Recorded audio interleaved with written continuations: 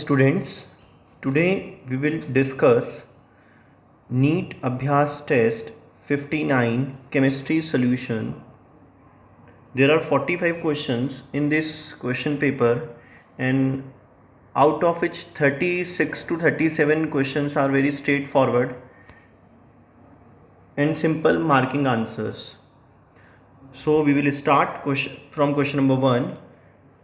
Chemicals are added to food. Chemicals are added to food for their preservation by using salt and sugar for enhancing their appeal and adding nutritive value in them. तो for the preservation हम sodium benzoate भी use कर सकते हैं, enhancing there appeal उनको attractive बनाने के लिए कलरिंग एजेंट भी डालते हैं, फ्लेवरिंग एजेंट भी डालते हैं, प्रिजर्वेटिव भी डालते हैं. सी ऑप्शन है adding nutritive value in them. Nutritive value add करने के विटामिन वगैरह भी ऐड करते हैं. All of the above. तो इसका जो आंसर जाएगा हमारे पास, वो आंसर जाएगा कौन सा? डी ऑप्शन इसका आंसर हो जाएगा. Now we will start question number 2. Calculate the de Broglie wavelength of an electron having kinetic energy 2.8 into 10 raised to the power minus 23 joule. We know very well that de Broglie wavelength का formula क्या होता है? Lambda is equal to h upon p, h upon m v. और kinetic energy का formula हमें पता है half of m v square. तो यहाँ से जब हम वी की वैल्यू कैलकुलेट करेंगे तो √2 kinetic energy upon mass of electron, और इसको जब हम ऊपर पुट करेंगे कि वी की वैल्यू को ऊपर डी ब्रॉगली वेवलेंथ के फॉर्मूले में, तो हमारा फॉर्मूला आ जाएगा lambda is equal to h upon √2m kinetic energy. जब इस फॉर्मूले में हम डिफरेंट वैल्यूज़ पुट करेंगे, जैसे h की वैल्यू है 6.62 into 10⁻⁻34 joule into second, √2 into mass of electron 9.1 into 10⁻31 kg, और काइनेटिक एनर्जी हमें गिवन है 2.8 इंटू 10⁻23 जूल. जब हम इसको सॉल्व करेंगे तो हमारे पास जो लैम्डा निकल के आएगा वो आएगा 9.28 इंटू 10⁻8 मीटर. हमने पूरा MKS में किया है. प्लैंक कांस्टेंट की वैल्यू जूल इंटू सेकेंड में रखी है, मास ऑफ इलेक्ट्रॉन भी केजी में रखा, और काइनेटिक एनर्जी हमने जूल में पुट करी है. तो हमारे पास जो लैम्डा आया है वो आया 9.28 इंटू 10⁻8 मीटर. तो ये हमारे पास जो ऑप्शन है वो है ऑप्शन नंबर सी. तो इसका आंसर हो जाएगा C. Now we will move on question number 3. Why H2S is more acidic than H2O? तो H2O और H2S में we know very well that जो OH बॉन्ड होगा वो स्ट्रॉन्गर होगा, और जो SH बॉन्ड होगा वो वीकर होगा. तो इसकी बॉन्ड डिसोसिएशन एंथैल्पी कम होगी तो बॉन्ड आसानी से ब्रेक हो जाएगा, और ये ज़्यादा से ज़्यादा क्या रिलीज कर पाएगा? H+. तो bond dissociation enthalpy is the reason for the more acidity of H2S. तो हमारे को जो इसका आंसर मिलेगा वो मिलेगा क्या? OH bond is stronger than SH bond. ये इसका आंसर हो जाएगा क्वेश्चन नंबर 3 का.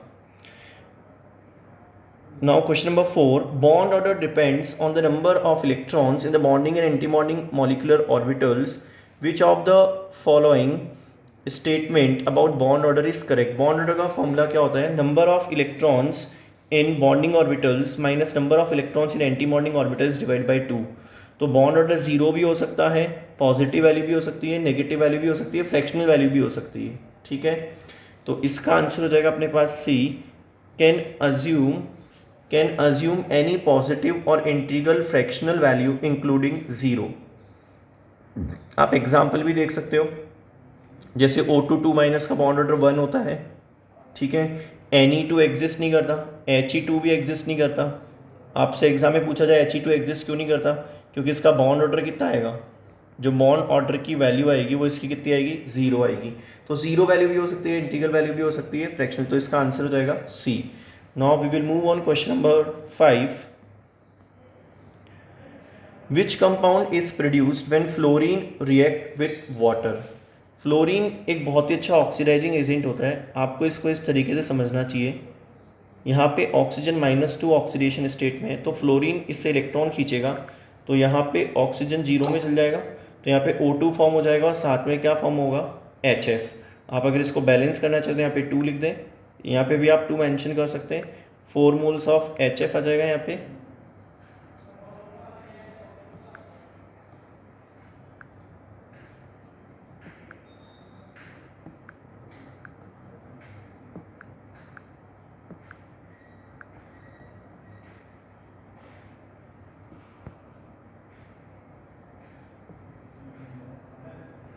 Four moles of HF plus O2। तो फ्लोरीन बहुत ही अच्छा ऑक्सीडाइजिंग एजेंट है, तो यहाँ पे ऑक्सीजन और HF का फॉर्मेशन होगा, तो यहाँ पे O2NHF, तो इसका आंसर हो जाएगा B. Option number B is the correct answer. Now we will move on question number 6। Product form in the following reaction is. हमारे को दिया हुआ है 2 ब्यूटेनॉल, हमें जो दिया हुआ है वो दिया हुआ है 2 ब्यूटेनॉल।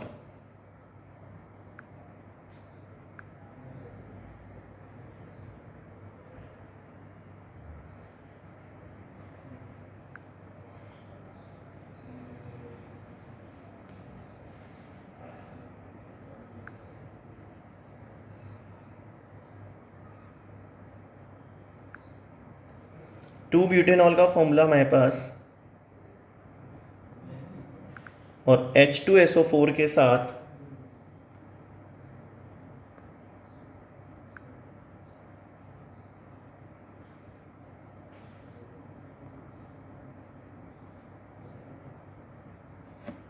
इसका डिहाइड्रेशन करेंगे अगर हम, तो मेजर प्रोडक्ट हमें मिलेगा ब्यूटूइन। प्रीडोमिनेंटली हमें ब्यूटूइन बनेगा, क्योंकि ये जो एल्कीन है वो सबसे ज़्यादा स्टेबल है, सेजेफ रूल लगेगा इसके अंदर। वैसे तो इवन एलिमिनेशन होगा, ब्यूटूइन मेजर मिलेगा, थोड़ा बहुत सिस ब्यूटूइन और ब्यूटवानीन भी ऑप्टेन होगा, तो इसका करेक्ट आंसर हो जाएगा 1।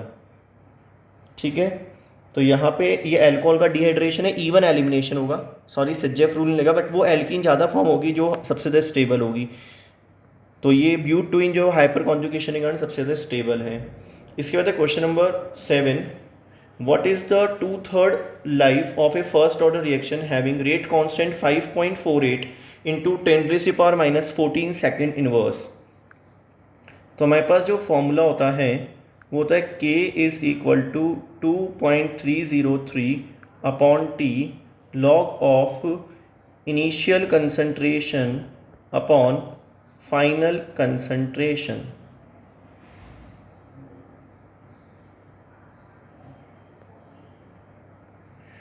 यहाँ पे आप एक चीज़ देखिए, जो T है वो अपने को 2/3 निकालना है, तो फॉर्मूला हो जाएगा 2.303 upon K log of initial को अगर हम A माने तो A - 2A/3, तो T 2/3 हो जाएगा हमारे पास 2.303 upon K log of 3। Log of 3 हमें पता है कितना होता है, 2.303 अपॉन K हमें गिवन है 5.48 इंटू 10⁻14, ये K हो गया, और लॉग 3 हमारे पास होता है वैल्यू 0.4771, तो हमारे पास इसका जो आंसर निकल के आ जाएगा वो आ जाएगा 2.01 इंटू 10⁻13 सेकेंड। तो ये हमारा ऑप्शन नंबर कौन सा है, बी। ये क्वेश्चन नंबर 7 का आंसर हो जाएगा। Now we will move on question number 8। Which of the following statement is incorrect. Incorrect option है C2H5Br react with alcoholic OH to form C2H4। E2 elimination होगा इसके अंदर, एल्कोहलिक के साथ E2 होगा, और इसके अंदर क्या फॉर्म हो जाएगी, इथीन, तो ये करेक्ट ऑप्शन है। इसके बाद है C2H5Br when treated with metallic sodium. C2H5Br और इसकी रिएक्शन अपन ने कराई सोडियम और ड्राई ईथर के साथ, तो हमें जो प्रोडक्ट ऑप्टेन होगा वो ब्यूटेन होगा, ना कि इथेन होगा। तो ये इनकरेक्ट हो गया, तो इसका आंसर बी हो गया। और भी हम नीचे ऑप्शन देख लेते हैं, C2H5Br when treated with sodium ethoxide, तो विलियमसन ईथर सिंथेसिस हो गया, इथॉक्सी इथेन बन जाएगा इसके अंदर। और C2H5Br रिएक्ट विद AgCN, तो इथाइल आइसोसाइनेट C2H5NC हमें प्रोडक्ट ऑप्टेन होगा। KCN होता तो साइनाइड बनता, और AgCN है तो आइसोसाइनेट बनेगा। तो ये हो गया आपका क्वेश्चन नंबर 8, जिसका आंसर बी हो जाएगा। इसके बाद है question number 9, which statement are incorrect about transition elements, they show variable valency. सही बात है, वेरिएबल वैलेंसी शो करने की टेंडेंसी होती है ट्रांजिशन एलिमेंट की। दे रेडिली फॉर्म कॉम्प्लेक्स, बहुत सारे कॉम्प्लेक्सेस बनाते हैं, इनके पास वेकेंट डी ऑर्बिटल्स होते हैं, तो इनमें कॉम्प्लेक्स बनाने की टेंडेंसी भी बहुत ज़बरदस्त होती है। डी ऑप्शन है, these ion contains partially filled orbital. तो डी, जो डी ब्लॉक के ट्रांजिशन एलिमेंट्स होते हैं उनकी डेफिनेशन ही क्या होती है, transition element is an element which can show incompletely filled D orbital in ground state और in any possible oxidation state. तो ये तो डेफिनेशन में आ रहा है डी पार्ट। तो all ion are colourless, no, colour show करते हैं। डी ट्रांजिशन होता है, चार्ज ट्रांसफर स्पेक्ट्रा के कारण भी कलर शो करते हैं ट्रांजिशन एलिमेंट। तो 9th का आंसर हो जाएगा सी। उसके बाद question number 10th, the amount of bromine required to convert 2 grams of phenol into 2,4,6 tribromophenol. तो हम सबसे पहले क्या करेंगे, रिएक्शन लिखेंगे। यहाँ पे अपने फिनॉल लिखा, 3 moles of Br2 gives 2,4,6 tribromophenol plus 3 moles of HBr। अब यहाँ पे फिनॉल का 1 मोल है, और 1 मोल का मास कितना होता है, 94 ग्राम, और ब्रोमीन का होता है 80 टू 160। 1 मोल का मास हो जाएगा 163 मोल्स है यहाँ पे, तो ये हो जाएगा हमारे पास 480 ग्राम्स। 94 ग्राम के लिए 480 ग्राम चाहिए। क्वेश्चन ये पूछा है 2 ग्राम अगर फिनॉल हो तो क्या होगा, तो हम यहाँ पे कन्वर्जन फैक्टर यूज़ कर लेंगे कि 94 ग्राम्स ऑफ फिनॉल जो है, 94 ग्राम्स ऑफ जो फिनॉल है वो कितने से रिएक्ट कर रहा है, 480 ग्राम्स ऑफ Br2। और हमारे पास कितना फिनॉल गिवन है, 2 ग्राम गिवन है हमारे पास, क्या, फिनॉल। तो हमारे को पता लग जाएगा कितना Br2 चाहिए, तो इससे आ जाएगा 10.22 ग्राम्स। तो इसका आंसर हो जाएगा सी। क्वेश्चन नंबर 10th का आंसर जाएगा सी। इसके बाद है question number 11th, A gas can be liquefied. तो सबसे पहले आपको इसकी क्वेश्चन को सॉल्व करने के लिए आपको क्रिटिकल टेम्परेचर की डेफिनेशन पता होनी चाहिए। क्रिटिकल टेम्परेचर वो टेम्परेचर होता है जिस टेम्परेचर के बियॉन्ड आप गैस को लिक्विफाई नहीं कर सकते। For example carbon dioxide gas 30.9 degree Celsius के बाद आप उसको लिक्विफाई नहीं कर सकते, आप कितना भी प्रेशर इंक्रीज कर लें, तो आप उसको लिक्विफाई कर सकते हैं क्रिटिकल टेम्परेचर के बिलो। तो इसका आंसर हो जाएगा D, A gas can be liquefied below it's critical temperature. जैसे CO2 गैस होती है, तो CO2 गैस का जो क्रिटिकल टेम्परेचर होता है वो होता है अपने पास कितना, 30.9 डिग्री सेल्सियस। तो आप 31 पे अगर CO2 गैस को लिक्विफाई करना चाहते हो तो पॉसिबल नहीं है, भले से आप कितना प्रेशर इंक्रीज कर लो। तो क्रिटिकल टेम्परेचर वो मैक्सिमम टेम्परेचर जिस टेम्परेचर के बियॉन्ड आप गैस को लिक्विफाई नहीं कर सकते, भले से आप कितना भी प्रेशर इंक्रीज कर लें।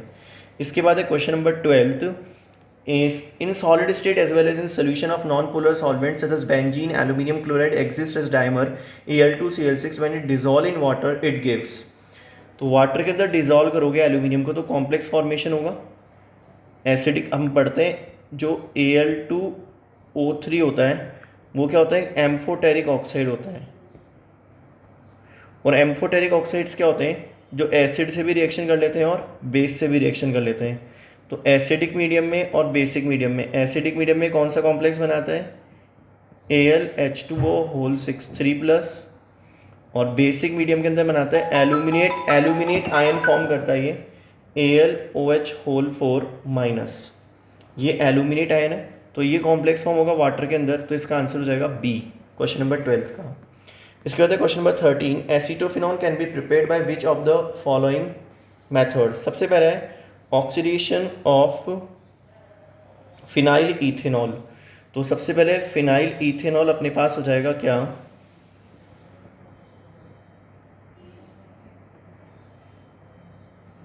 ये फिनाइल इथेनॉल हो गया। इसका आपने ऑक्सीडेशन किया, 2 डिग्री अल्कोहल है ये, और 2 डिग्री अल्कोहल का ऑक्सीडेशन करने पर एसीटोफिनॉन मिल रहा है। तो फर्स्ट से तो हमें एसीटोफिनॉन ऑब्टेन हो रहा है। सेकंड है reaction of benzaldehyde with methyl magnesium bromide.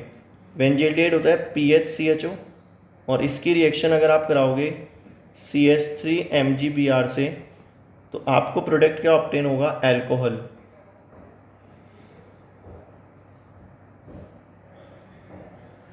Secondary alcohol मिलेगा, ना कि एसीटोफिनॉन मिलेगा। तो एक तो फर्स्ट हो गया, सेकंड से ऑब्टेन नहीं होगा।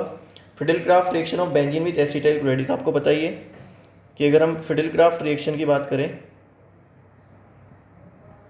ये बेंजीन हो गया, ये एसिटाइल क्लोराइड हो गया, इसकी रिएक्शन आपने एनहाइड्रस AlCl3 से कराई। तो फिडेलक्राफ्ट रिएक्शन में तो हमें वैसे ही पता है कि हमें प्रोडक्ट क्या ऑब्टेन होता है, एसीटोफिनॉन। तो फर्स्ट हो गया। थर्ड हो गया distillation of calcium benzoate. Calcium benzoate का फॉर्मूला होता है कुछ ऐसा।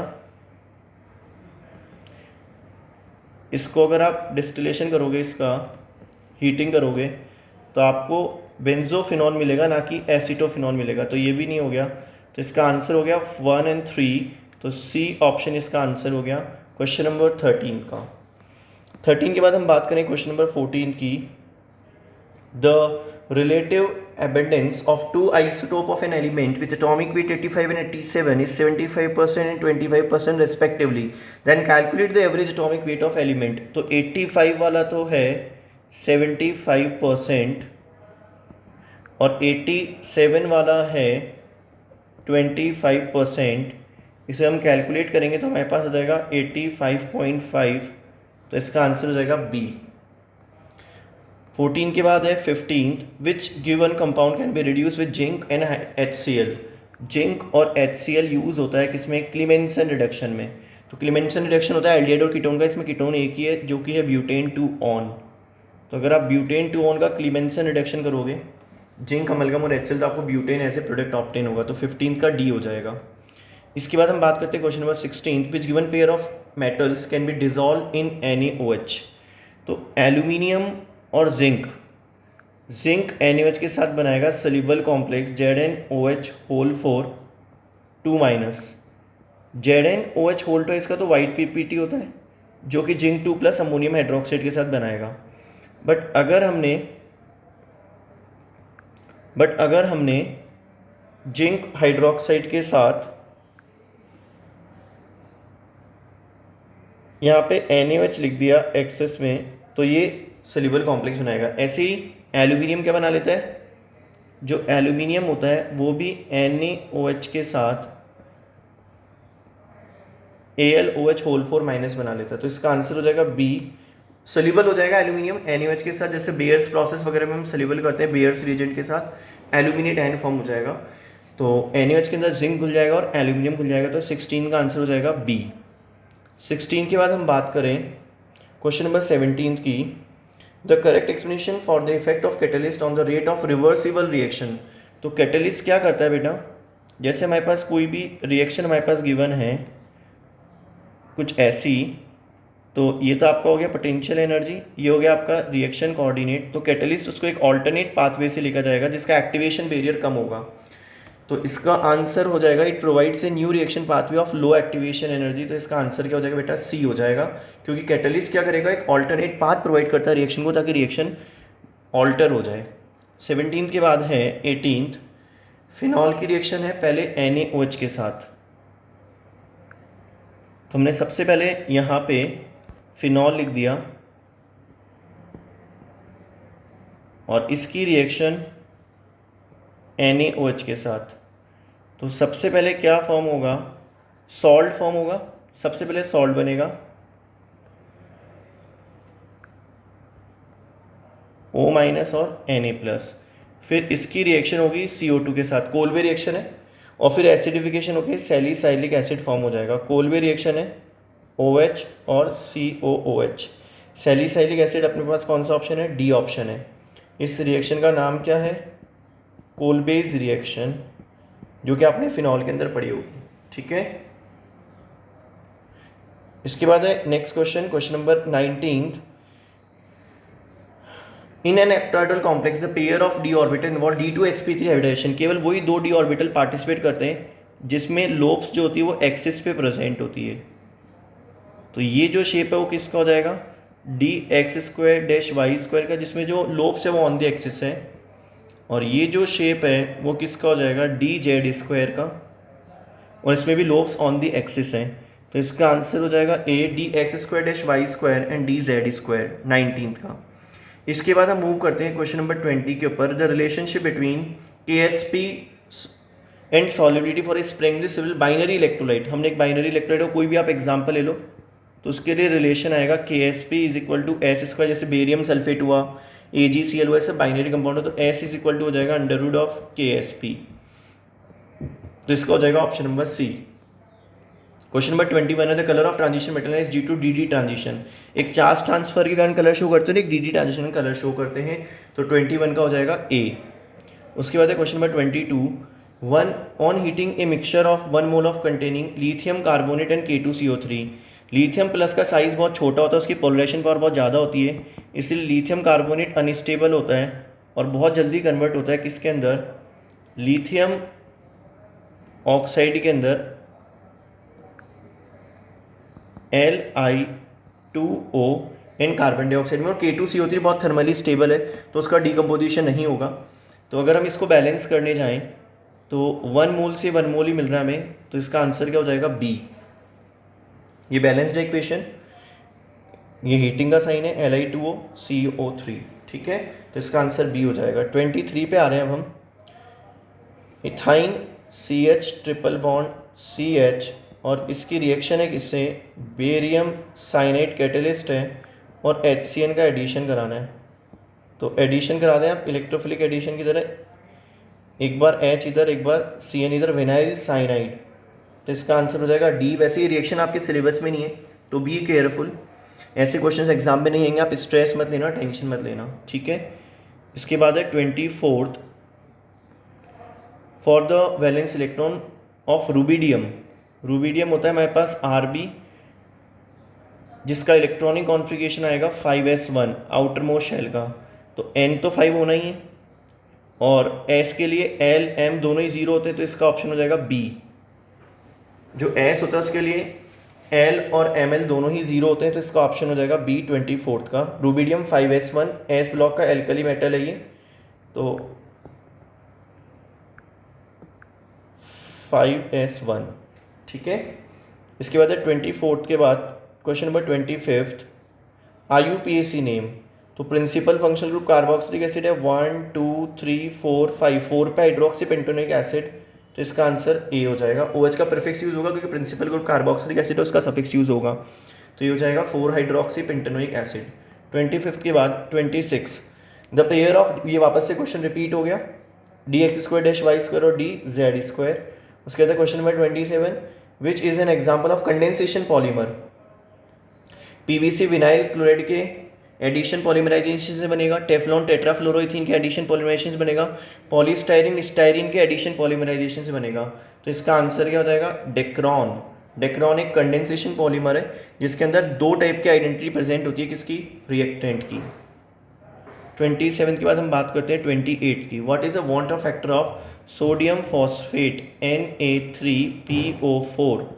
तो 3 तो सोडियम हो गया, एक फॉस्फेट हो गया, 4, तो इसका वांट ऑफ फैक्टर कितना हो जाएगा, 4, क्योंकि वाटर में 4 मोल्स ऑफ आयंस प्रोड्यूस करेगा।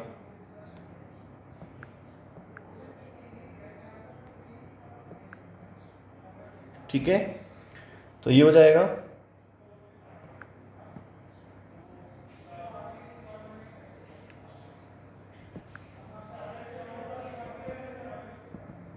ठीक है। इसके बाद हम बात करते हैं क्वेश्चन नंबर 29 की। What is true about insulin. Insulin क्या है, एक पॉलीपेप्टाइड है, तो इसका आंसर क्या हो जाएगा, बी। कार्बोहाइड्रेट वैसे तो हार्मोन होता है, ब्लड में शुगर लेवल कंट्रोल करने काम में आता है, बट ये पॉलीपेप्टाइड होता है। 29 का बी हो जाएगा। इसके बाद क्वेश्चन नंबर 30 है, characteristic of crystalline solid are long range order. Amorphous solid का शॉर्ट रेंज ऑर्डर होता है और क्रिस्टलाइन सॉलिड का लॉन्ग रेंज ऑर्डर होता है। 30 के बाद हम बात करें क्वेश्चन नंबर 31 की। इलेक्ट्रिकल एनर्जी को केमिकल एनर्जी में कन्वर्ट करता है इलेक्ट्रोलाइटिक सेल, और इलेक्ट्रोकेमिकल सेल क्या करता है, केमिकल एनर्जी को इलेक्ट्रिकल एनर्जी में कन्वर्ट करता है। तो क्वेश्चन नंबर 31 का बी हो जाएगा। इसके बाद है question number 32, what is the use of salol. Salol एक एंटीसेप्टिक होता है और एक माइल्ड एनाल्जेसिक होता है, ठीक है। तो ज़्यादा बेटर है, एंटीसेप्टिक की तरह ज़्यादा यूज़ करते हैं, एनाल्जेसिक तो माइल्ड होता है, इससे इसका आंसर बन जाएगा ए कि salol is use as a antiseptic. 32 के बाद हम बात करें क्वेश्चन नंबर 33 की, which factor affect the specific rate constant of A first order reaction. तो स्पेसिफिक रेट कांस्टेंट रेट के इक्वल कब होगा, जब रिएक्टेंट्स की कंसंट्रेशन यूनिटी हो जाएगी। और ये जो रेट कांस्टेंट होता है वो किस किस से अफेक्ट होता है, एक तो टेम्परेचर से और एक कैटेलिस्ट से। दो चीज़ें चेंज कर सकती है इसको, टेम्परेचर और एक कैटेलिस्ट। तो अपने पास जो ऑप्शन अवेलेबल है उसमें केवल टेम्परेचर ही गिवन है, तो इसका आंसर हो जाएगा डी 33 का। इसके बाद है 34, which of the given statement is not true. Copper pyrite is also contain Fe2S3। Copper pyrite होता है CuFeS2, तो उसके अंदर Fe2S3 प्रेजेंट है। आयरन के ऊपर 3+ है और सल्फर के ऊपर 2- है। जिंक ब्लेंड में contain zinc chloride, no. Zinc blende क्या होता है, ZnS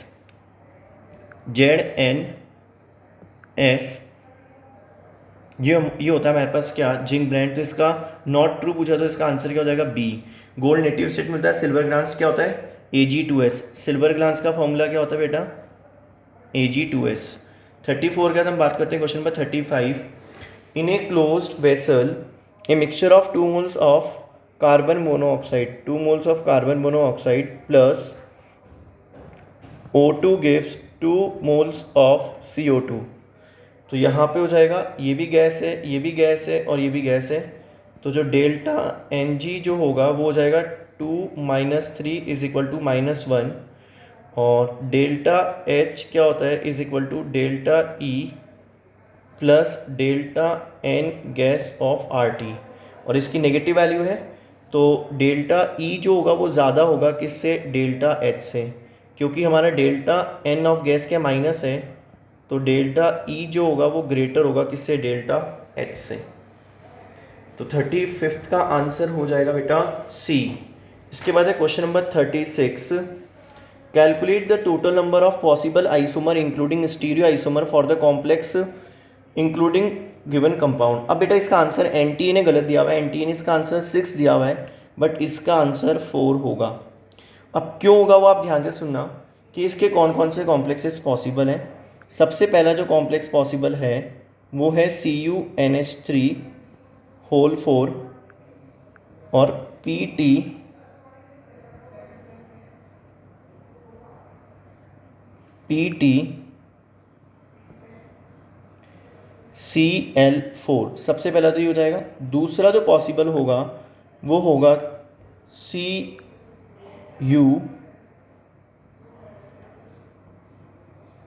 CuNH3 whole thrice Cl और एक उधर अमोनिया रह जाए और 3 क्लोरीन आ जाए Cl3।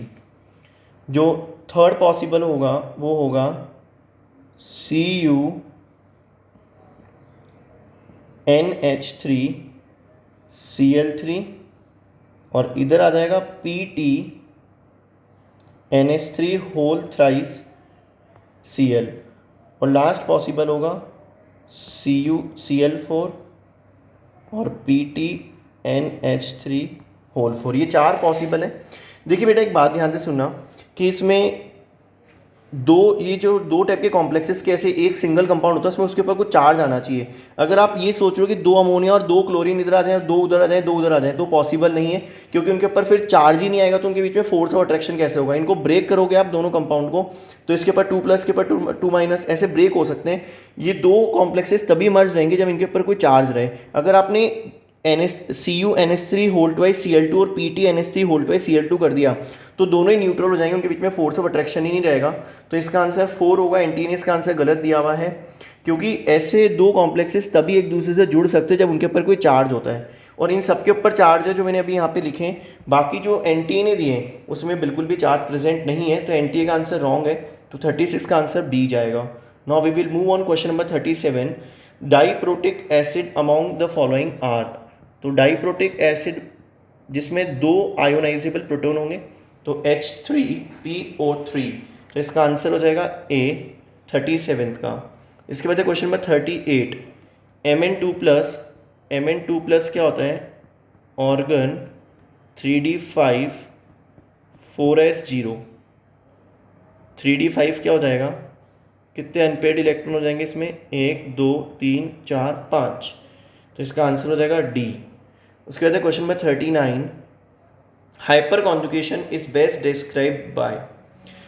तो हाइपर कॉन्जुगेशन में क्या होगा कि डीलोकलाइजेशन होता है किसका, सिग्मा इलेक्ट्रॉन्स का into near by empty P orbital में। जैसे यहाँ पे कार्बन है और यहाँ पे क्या है,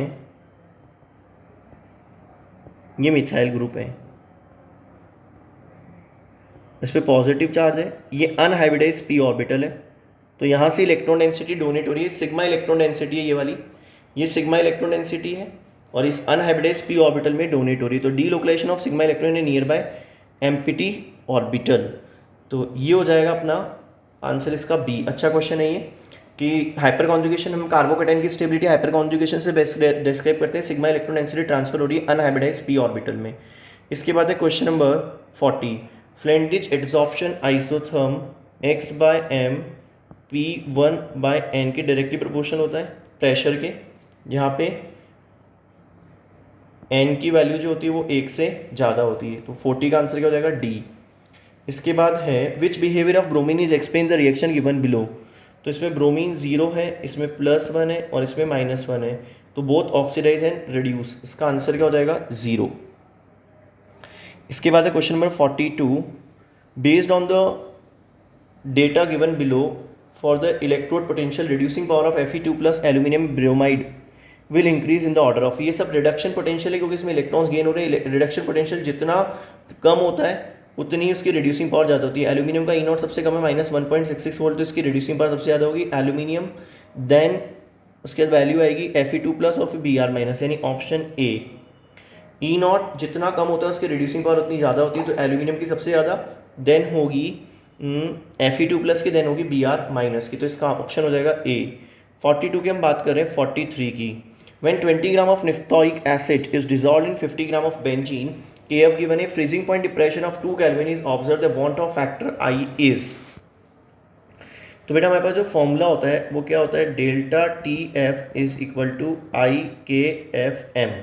निफ्थोइक एसिड का जो मॉलिक्यूलर मास है वो आप निकाल लो 172। अब आपको यहाँ पे निकालना क्या है, iota, iota is equal to क्या हो जाएगा, delta T f upon KFM, m क्या है पे मोलैलिटी, तो डेल्टा टी एफ अपने को कितना गिवन है, depression in freezing point 2 kelvin given है, तो अपन ने यहाँ पे 2 पुट कर दिया। इसके बाद के एफ कितना गिवन है, 1.72 गिवन है। इसके बाद अपने को क्या गिवन है, नीचे मोलैलिटी, मोलैलिटी में हमें मोल्स पुट करने, तो 20 ग्राम हो गया, इसके मोल्स ऊपर आप लगा दो, इसका मॉलिक्यूलर मास कितना 172, और mass of solvent in KG कितना है 50 ग्राम है, तो ऊपर 50 केजी में कन्वर्ट करने के लिए नीचे 1000। ठीक है, ये पॉइंट हटाया अपन ने, ऊपर 100 लगा दिया। इसको जब हम कैलकुलेट करेंगे तो कितना आएगा 5/10, ये कितना आ जाएगा 1/2, जो कि किसके इक्वल हो जाएगा 0.5, इन इसका आंसर क्या हो जाएगा A43 का। ठीक है, एम यहाँ पे मोलैलिटी है। इसके बाद है question number 44, a liquid is stirred with a paddle to increase its temperature in a close insulated, insulated भी है क्लोज भी है, यानी as the system is closed and insulated no heat is evolve और absorb by the system, so delta E is equal to क्या होता है Q plus W, और Q अगर 0 है तो डेल्टा E किसके इक्वल आ जाएगा W के, जो कि नॉट इक्वल टू क्या है 0। तो आप देखो इसमें Q0 के 2 ऑप्शन हैं और delta is not, B option हो जाएगा इसका आंसर। उसके बाद है क्वेश्चन नंबर 45 जो कि अपना लास्ट क्वेश्चन है, the relation between the given pair is.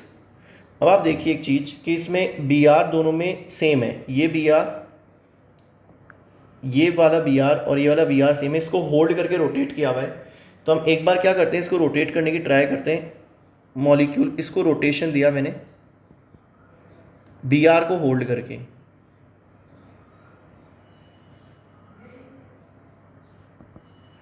Br को होल्ड किया और रोटेट करके मैंने ट्राई करी ET को प्लेन में लाने की।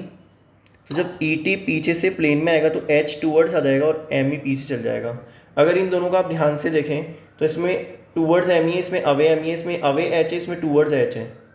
तो ये दोनों इनैंशोमर्स हो गए। इनैंशोमर्स क्या होते हैं? Non superimposable mirror images. इसको अगर आप मिरर में देखोगे, ये इसको अगर एक्स लिखूँ, इसको अगर मैं वाई लिखूँ, तो X and Y are non superimposable mirror images. और non superimposable mirror images क्या होते हैं? इनैंशोमर्स। तो ये अपना पूरा डिस्कशन हुआ केमिस्ट्री के सोल्यूशन का। Thank you very much.